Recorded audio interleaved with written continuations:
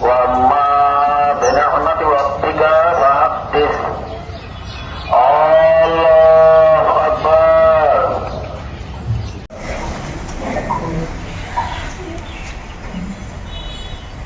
السلام عليكم ورحمة الله السلام عليكم ورحمة الله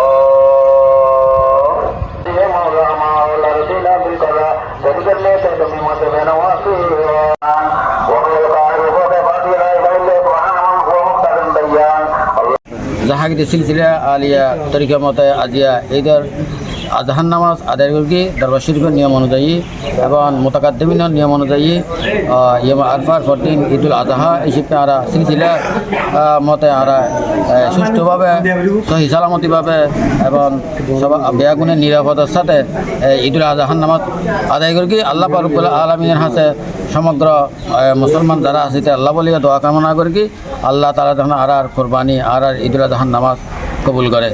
আল্লাহর প্রতি গভীর অনুগত্যর অন্যতম নিদর্শন দিয়ে আর এই মুসলমানদের অন্যতম ধর্মীয় উৎসব ঈদুল আজহা।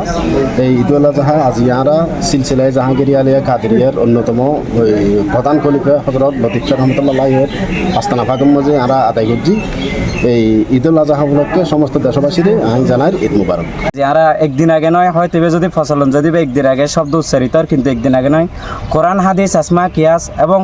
আর সাইর মজাহাবর ইমাম আবু হানিফার মতে আর আজ বিশ্বের যে কোনো উদয়ের স্থলে চাঁদের গ্রহণযোগ্যতার ভিত্তিতে একদিন আগে আরা নয় ইমাম আবু হানিফার বিধান মতো আরা ঈদুল ফিতর ঈদুল আজহা এবং ইসলামিক যত প্রোগ্রাম আছে আরা বেগিন আশা করি পালন করিবার চেষ্টা করি। জাহাঙ্গীরিয়ার আজি আর ঈদুল আজহার নামাজ আদায় করলাম তরিকতর ফিরবন সবাইকে নিয়ে সবাইয়ের লইয়ে আর বিশেষ করে আদি আর এই পূর্বপুরুষত্বন শুরু করে আজ প্রায় 250 বছর ধরে আর এই যুগ ধরিয়ে আর তরিকতর ঈদুল আজহা ঈদুল ফিতর এবং রমজান একসাথে আর নামাজ আদায় করি। আউলিয়া জাকিল দরবার শরীফের তরিকা অনুযায়ী আলিয়ারা